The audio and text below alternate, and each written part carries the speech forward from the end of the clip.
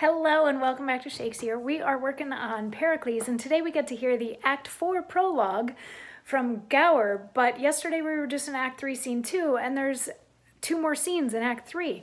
So the stuff that happens, we know that Pericles had tossed his supposedly dead wife overboard as he was sailing back to Tyre. Then we find out that his wife wasn't actually dead, and she is now just in Ephesus because they were able to revive her there. So then we get back to, in Act 3, Scene 3, we get back to Pericles in Tarsus, where he is leaving his daughter, who he has named Marina, because she was born at sea, so Marine. He leaves Marina in Tarsus, and he's been there for a little while to get everything set up, but Act 3, Scene 3 is him saying to Cleon and Dionysa, I really need to get back to Tyre, because otherwise they're going to make Helicanus the king there, so I need to go back and claim my throne, but please continue to raise Marina. And they're like, absolutely, we'll raise her as if she were our own daughter. We have our own daughter, so they'll be able to play. Everything will be fine. So that's Act 3, Scene 3. Act 3, Scene 4 is a really quick check-in again back with Tessa in Ephesus, where she's like, I don't really remember a whole lot of what happened. I remember being on a boat and I think I gave birth, but my guess is, since I was in a coffin in the sea, my guess is that everybody else died too. So if my husband is dead, then I should go be a nun. And they're like, yep, Diana's temple is right over there. So if you want to go live, have fun with that. And she's like, great. And that's Act 3, Scene 4. So then that's the end of Act 3. Now we get to the prologue of Act 4, where Gower says to us, imagine Pericles arrive at Tyre, welcomed and settled to his own desire. His woeful queen we leave at Ephesus, unto Diana there a votaress.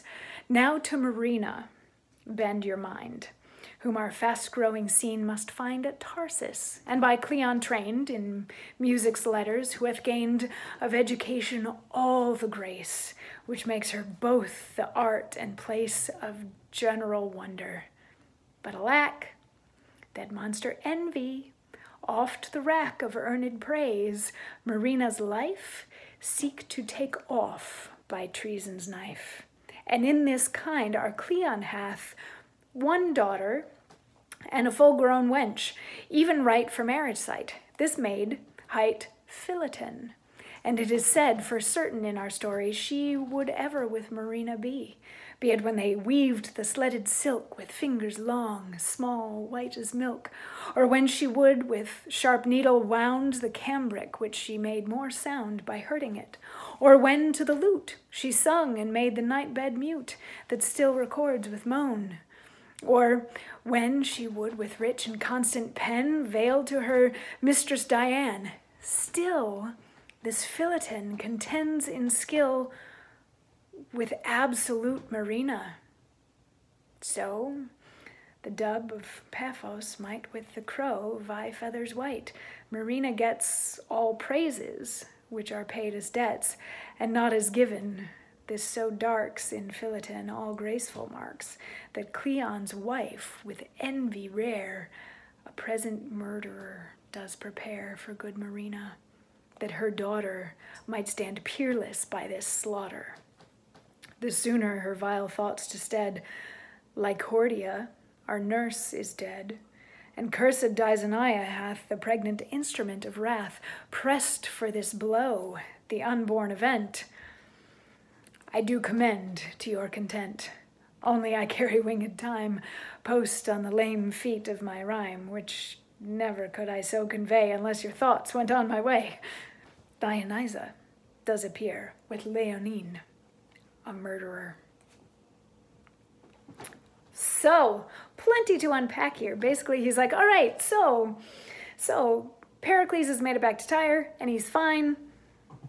Tessa is in Ephesus, and she's become a nun. She's fine. So now let's talk about their daughter, Marina. Marina is being raised by Cleon and Dionysa, who also have a daughter named Philoten, and Marina is prettier and smarter and more graceful than Philoten. I mean, not that Philoten is bad and ugly and stupid or anything like that. She's very good at the things that she does, but Marina's just a little bit better. So everybody praises Marina and says how beautiful she is and how smart she is and all that sort of thing. And Philoten is just sort of there, and all of her accomplishments are way overshadowed by what Marina is doing, to the point where Dionysa wants her dead. Dionysa starts plotting the death and hires a murderer, Leonine, to kill Marina in the hopes that Philoten will then be seen as the beautiful, wonderful creature that she is. So, all sorts of fun stuff going on now. We've got Pericles back in Tyre, and he thinks that his wife is dead and his daughter is being raised and she's just fine. We have Tessa in Ephesus, and she thinks that her whole family is dead, so she's become a nun.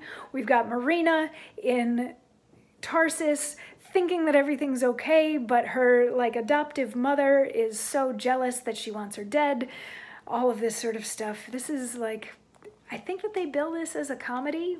I don't know about you, but these don't feel like these feel like elements of a dark comedy to me, if nothing else. So anyway, he ends this prologue by saying Dionysa is coming in with the person that she has hired to kill Marina. So we'll see where all of that goes when we come back tomorrow for more, to see how Pericles wraps up. We've still got 2 whole acts to go, and we've been through so much already. So many shipwrecks, already a couple murder plots. Now we get another one. Anyway, fun stuff. I'll see you tomorrow as we dig further into Act 4.